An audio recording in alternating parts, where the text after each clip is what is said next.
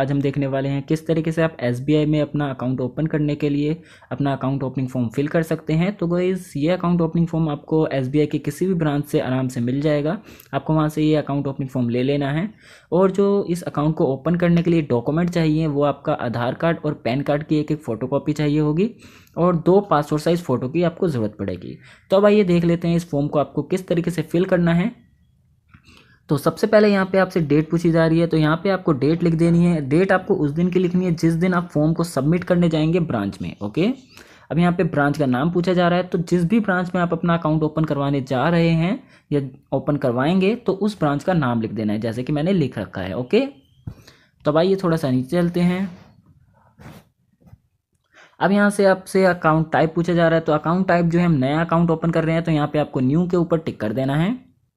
अब यहाँ पे पर्सनल डिटेल मांगी जाइए, तो पर्सनल डिटेल में सबसे पहले आपका नाम पूछा जा रहा है, तो यहाँ पे आपको अपना नाम लिख देना है जो भी आपका नाम है और उसके ठीक नीचे वाले कॉलम में आपको अपना सरनेम लिख देना है या जो भी आपकी कास्ट है वो लिख देनी है। ओके, अब यहाँ पे देखिए डेट ऑफ बर्थ पूछी जा रही है, तो डेट ऑफ बर्थ में आपको अपनी कंप्लीट डेट ऑफ बर्थ लिख देनी है जो भी आपकी डेट ऑफ बर्थ है। ठीक है, डेट ऑफ बर्थ लिखनी कैसे है आपको, सबसे पहले आपको डेट लिखनी है, फिर उसके बाद आपको मंथ लिखना है और उसके बाद आपको ईयर लिखना है। ठीक है ना, इस तरीके से आपको डेट ऑफ बर्थ लिखनी है। अब यहाँ पे आपसे जेंडर पूछा जा रहा है, तो जेंडर बोले तो आप लड़के हैं या लड़की हैं। अगर आप लड़के हैं तो यहाँ पे मेल के ऊपर टिक कर देना है और अगर आप लड़की हैं तो यहाँ पे फीमेल के ऊपर आपको टिक कर देना है। ओके, तो अब आ जाता है आपका मैरिडल स्टेटस। तो मैरिडल स्टेटस में क्या करना है आपको, यहाँ पे देखिए अगर आपकी शादी हो चुकी है तो यहाँ पे आपको मैरिड के ऊपर टिक कर देना है और अगर आप सिंगल हैं, शादी नहीं हुई है, तो यहाँ पे सिंगल के ऊपर टिक कर देना है और अगर आपका डिवोर्स हो चुका है तो यहाँ पे डिवोर्स के ऊपर टिक कर देना है और अगर आप लिविंग में रहते हैं तो यहाँ पे लिविंग के ऊपर टिक कर देना है। ओके, अब यहाँ पे आ जा रहा है नेम ऑफ, बोले तो अगर आपकी शादी हो चुकी है तो यहाँ पे स्पाउस के ऊपर टिक कर देना है और यहाँ पे आपको अपने स्पाउस का नाम लिख देना है। स्पाउस का मतलब होता है पति या पत्नी। ठीक है, तो यहाँ पे आपको अपने पति या पत्नी का नाम लिख देना है और यहाँ पे आपको अपने पति या पत्नी की कास्ट लिख देनी है या सरनेम लिख देना है। ओके, और मान लीजिए अगर आपकी शादी नहीं हुई है तो यहाँ पे आपको अपने फादर के ऊपर टिक करना है और यहाँ पे आपको क्या करना है, अपने पापा का नाम लिख देना है और यहाँ पे अपने पापा का सरनेम लिख देना है या फादर का सरनेम लिख देना है। ओके, ठीक है। अब यहाँ पे नेम ऑफ गार्जियन, तो नेम ऑफ गार्जियन आपको तब भरना है जब आपकी उम्र जो है 18 साल से कम है। अगर 18 साल से ज़्यादा है तो नेम ऑफ द गार्जियन आपको फिल नहीं करना है। अब यहाँ पे पूछा जा रहा है नेशनैलिटी। नेशनैलिटी में यहाँ पे आपको इन इंडिया के ऊपर टिक कर देना है। कंट्री नेम में आपको यहाँ पे इंडिया लिख देना है और सिटीजनशिप में यहाँ पे आपको इंडिया कर देना है। ओके, तो अब यहाँ पे आ जाता है ऑक्यूपेशन टाइप। ऑक्यूपेशन टाइप क्या होता है कि आप क्या काम करते हैं। मान लीजिए अगर आप कोई जॉब करते हैं, नौकरी करते हैं, तो आपको ये बताना पड़ेगा आप किस सेक्टर में नौकरी करते हैं। जैसे कि अगर आप प्राइवेट सेक्टर में करते हैं तो यहाँ पे आपको प्राइवेट सेक्टर के ऊपर टिक कर देना है और अगर आप प्राइवेट सेक्टर में नौकरी नहीं करते हैं, कोई सरकारी नौकरी करते हैं, तो आपको ये बताना पड़ेगा कि आप किस के लिए करते हैं। जैसे मान लीजिए आप सरकारी नौकरी तो करते हैं, किसके लिए करते हैं, स्टेट गवर्नमेंट के लिए करते हैं, सेंट्रल गवर्नमेंट के लिए करते हैं या डिफेंस के लिए करते हैं या प्राइवेट और पब्लिक सेक्टर के लिए करते हैं। ठीक है ना, तो अगर आप प्राइवेट जॉब करते हैं, नौकरी करते हैं सिर्फ, तो यहाँ पे आपको प्राइवेट सेक्टर के ऊपर टिक कर देना है। ठीक है, अब यहाँ पे पूछा जा रहा है बिजनेस। अगर आप मान लीजिए जॉब नहीं करते, कोई बिजनेस करते हैं, तो यहाँ पे आपको क्या कर देना है, सेल्फ एम्प्लॉयड के ऊपर टिक कर देना है। बिजनेस जैसे कि आप ठेला लगाते हैं या कोई आपने कोई दुकान वगैरह खोल रखी है, तो ऐसा जो कुछ है तो यहाँ पे आपको क्या कर देना है, सेल्फ एम्प्लॉयड के ऊपर टिक कर देना है। और मान लीजिए आप कोई नौकरी वगैरह भी नहीं करते, कुछ नहीं करते, तो आपको क्या करना है, मान लीजिए आप स्टूडेंट हो सकते हैं तो यहाँ पे स्टूडेंट के ऊपर टिक कर देना है। अगर आप स्टूडेंट नहीं है, हाउस वाइफ हैं, तो यहाँ पे आपको हाउस वाइफ के ऊपर टिक कर देना है। या आप मान लीजिए आप रिटायर हो चुके हैं तो यहाँ पे रिटायर के ऊपर टिक कर देना है। या अगर आप एग्रीकल्चर बोले तो खेती बाड़ी करते हैं तो यहाँ पे आपको क्या करना है, एग्रीकल्चर के ऊपर टिक कर देना है। ठीक है, तो अब आइए थोड़ी सी नीचे आ जाते हैं। तो इन कॉलम को आपको छोड़ देना है, ये ज़्यादा काम का नहीं है। यहाँ पे एनुअल इनकम बोले तो आप साल में कितने पैसे कमा लेते हैं, तो यहाँ पे आपको बता देना है। मान लीजिए 1 लाख 2 लाख जो भी पैसा आप कमा लेते हैं, तो यहाँ पे आपको बता देना है वो अमाउंट या वो कितना भी आप कमा लेते हैं। ठीक है, मैं यहाँ पे 1 लाख लिखा है तो आप कुछ भी लिख सकते हैं। अब रीजनल बोले तो आप कौन सा धर्म है, तो यहाँ पे क्या है, मैं हिंदू धर्म से हूँ तो यहाँ पे हिंदू के ऊपर टिक कर दिया। अगर आप मुस्लिम धर्म से, मुस्लिम के ऊपर टिक कर दीजिए। क्रिश्चियन धर्म से हैं तो क्रिश्चियन के ऊपर टिक कर दीजिए और अगर सिख धर्म से हैं तो सिख के ऊपर टिक कर दीजिए। और अगर आपका कोई दूसरा धर्म है तो यहाँ पे अदर के ऊपर टिक करना है। जो भी आपका धर्म का नाम है यहाँ पे आपको लिख देना है। ओके, अब यहाँ पे पूछा जा रहा है कैटेगरी। कैटेगरी बोले तो आप जर्नल हैं, एससी हैं, ओबीसी हैं, एसटी हैं। तो अगर आप जर्नल हैं तो जर्नल के ऊपर टिक कर दीजिए, ओबीसी हैं तो ओबीसी के ऊपर टिक कर दीजिए, एससी हैं तो एससी के ऊपर टिक कर दीजिए, एसटी हैं तो एसटी के ऊपर टिक कर दीजिए। ओके, अब यहाँ पे पूछा जा रहा है पर्सनल विद डिसेबिलिटी बोले तो अगर आपको कोई दिक्कत है, देखने में दिक्कत है, सुनने में दिक्कत है, हाथ पाँव काम नहीं करते, कोई भी प्रॉब्लम है आपको अपने शरीर से लेकर, तो यहाँ पे आपको यस के ऊपर टिक करना है। और अगर आप पूरे फिट हैं, आपको कोई दिक्कत नहीं है, तो यहाँ पे आपको नो के ऊपर ही टिक करना है, यस के ऊपर बिल्कुल मत टिक कीजिएगा। ओके। अब यहाँ पे पूछा जा रहा है एजुकेशन क्वालिफिकेशन, बोले तो आप कितने पढ़े लिखे हैं। तो अगर आपने 9th क्लास पास कर रखी है तो 9th के ऊपर टिक कर देना है, और अगर आपने 10th क्लास पास कर रखी है तो 10th के ऊपर टिक कर देना है, और अगर आप ग्रेजुएट हैं तो यहाँ पे आपको ग्रेजुएट के ऊपर टिक कर देना है। तो कई लोग ये बोलते हैं कि भाई अगर हम 12th पास हैं, ना ग्रेजुएट हैं ना 10th वो है, तो आपको हमें क्या करना है। तो अगर आप 12th पास हैं तो यहाँ पे याद रखिएगा आपको 10th पास के ऊपर टिक करना है, क्योंकि यहाँ पे 12th पास का कोई ऑप्शन नहीं दे रखा है। ओके। और अगर आप अनपढ़ हैं, आपको कुछ भी पढ़ना लिखना नहीं आता है, तो यहाँ पे आपको इलिटरेट के ऊपर टिक करना है और कुछ नहीं करना है। और यहाँ पे आपको नन के ऊपर टिक कर देना है। अब यहाँ पे देखिए पैन कार्ड मांगा जा रहा है, तो यहाँ पे पैन कार्ड में आपको जो भी आपके पैन कार्ड का नंबर है वो आपको पैन कार्ड से देख के यहाँ पे लिख देना है आपने पैन कार्ड का नंबर। ठीक है, सही से लिखना क्योंकि ये इंपॉर्टेंट डिटेल्स होती हैं।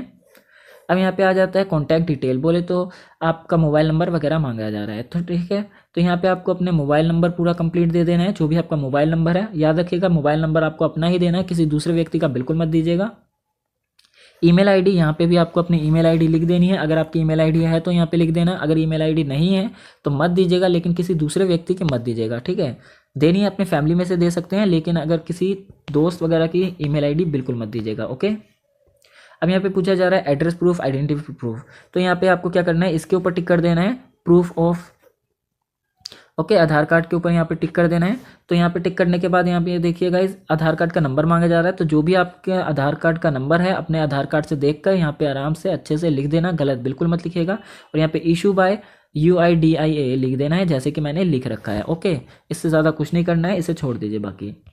अब यहाँ पे आपसे पूछा जा रहा है एड्रेस, तो यहाँ पे आपको अपने करंट के ऊपर टिक कर देना है और रेजिडेंट के ऊपर टिक कर देना है। ठीक है, और आपको यहाँ पे अपने आधार कार्ड से देखकर यहाँ पे अपना पूरा एड्रेस लिख देना है, जो भी आपका आधार कार्ड में एड्रेस है वो लिख देना है। याद रखिएगा जहाँ पे आप रह रहे हैं और जो आपका आधार कार्ड में एड्रेस है वो दोनों सेम होना चाहिए। ठीक है, तो यहाँ पे आपको वो एड्रेस लिख देना है आधार कार्ड वाला। अब यहाँ पे पूछा जा रहा है सिटी या विलेज, तो जो भी आपकी सिटी है, मेरी न्यू दिल्ली है, दिल्ली है तो मैंने दिल्ली लिख दिया है। स्टेट बोले तो राज्य, जो भी आपका राज्य है, दिल्ली, मुंबई, हरियाणा, पंजाब, जो भी आपका राज्य है तो यहाँ पे आपको वो लिख देना, मेरे दिल्ली है, मैंने दिल्ली लिख दिया। अब यहाँ पे पिन कोड, जो भी आपके एरिया का पिन कोड है वो यहाँ पे आपको पिन कोड लिख देना है। कंट्री नेम इंडिया ही लिखना है क्योंकि आप इंडिया से ही हैं। तो अब आइए नीचे चलते हैं।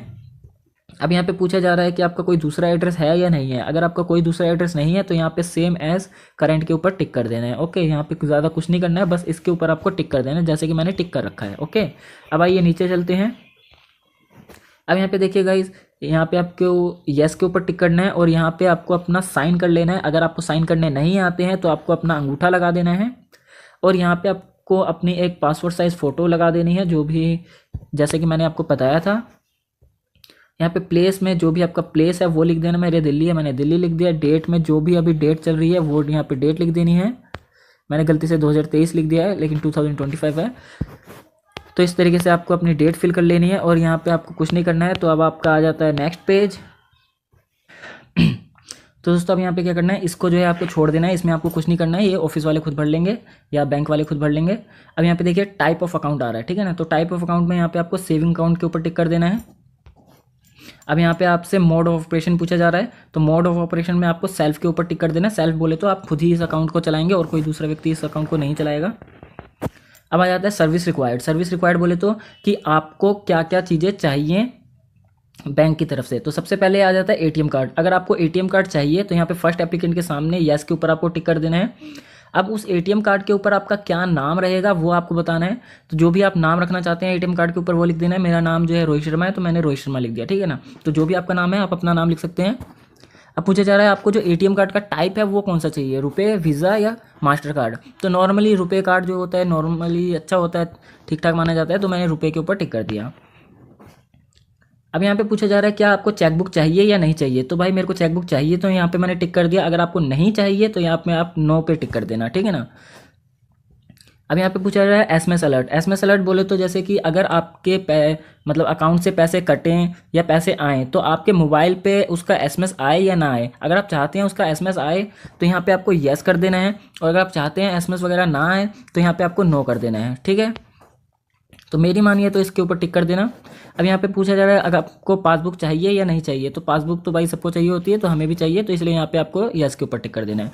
तो ठीक है ना गाइस, तो कुछ चीज़ों पे जो मैंने टिक किए हैं वो ज़रूरी है मेरे हिसाब से, तो आप लोग भी टिक कर देना, बाकी आपकी मर्ज़ी है जिस हिसाब से भी आप करना चाहें। बाकी यहाँ पे कुछ भी भरना नहीं है आपको, इन सबको खाली छोड़ते हुए जाना है। अब देखिए गाइस, ये एक फॉर्म आ जाता है आपका नॉमिनेशन फॉर्म। तो ये फॉर्म किस लिए होता है, जैसे कि अगर मान लीजिए गलती से आपकी डेथ हो जाती है, तो आपकी डेथ के बाद जो आपके अकाउंट में पैसा पड़ा हुआ है वो पैसा किस व्यक्ति को दिया जाएगा, ये इस वो चीज़ आप बैंक को बताते हैं, ठीक है ना। तो इसलिए ये फॉर्म भरा जाता है। तो सबसे पहले यहाँ पे क्या करना है आपको, यहाँ पे आपको अपना नाम लिख लेना है, ठीक है। अब यहाँ पे बोला जा रहा है कि क्या आप नॉमिनेशन जो नॉमिनी का नाम है पासबुक में प्रिंट करवाना चाहते हैं या नहीं चाहते हैं। अगर आप चाहते हैं तो यहाँ पे टिक कर देना है, और अगर नहीं चाहते हैं वो नाम प्रिंट हो, आप छुपा के रखना चाहते हैं नॉमिनी को, तो यहाँ पे आपको टिक करने की ज़रूरत नहीं है, ठीक है। अब यहाँ पे नॉमिनी की डिटेल पूछी जा रही है, तो नॉमिनी का डिटेल बोले तो नाम पूछा जा रहा है, तो सबसे पहले जो भी नॉमिनी का नाम है वो आपको बता देना है, फिर एक स्पेस छोड़ के आप उसकी कास्ट बता देनी है, ठीक है ना। अब यहाँ पे नॉमिनी का मोबाइल नंबर पूछा जा रहा है, तो यहाँ पे आपको अपना मतलब नॉमिनी का मोबाइल नंबर दे देना पूरा। अब यहाँ पे नॉमिनी के साथ आपका रिलेशन क्या है, आपके पापा है, मम्मी है, भाई है, बहन है, दोस्त है, तो जो भी रिलेशन है तो यहाँ पे आपको बता देना है, ठीक है। तो फादर लगते हैं तो फादर लिख दिया। अब उनकी एज कितनी है, नॉमिनी की एज कितनी है, जो भी नॉमिनी की एज है वो यहाँ पे आपको बता देनी है। ओके, आपको इतना ही करना है, इससे ज़्यादा कुछ नहीं करना है। तो यहाँ पे आपको एक अपना साइन कर लेना है, और यहाँ पे भी आपको एक अपना साइन कर लेना है। साइन नहीं आते तो आप अंगूठा लगा सकते हैं। तो दोस्तों यहाँ पे देखिए सिग्नेचर ऑफ फर्स्ट विटनेस और सिग्नेचर ऑफ सेकंड विटनेस, तो ये आपको तब भरना है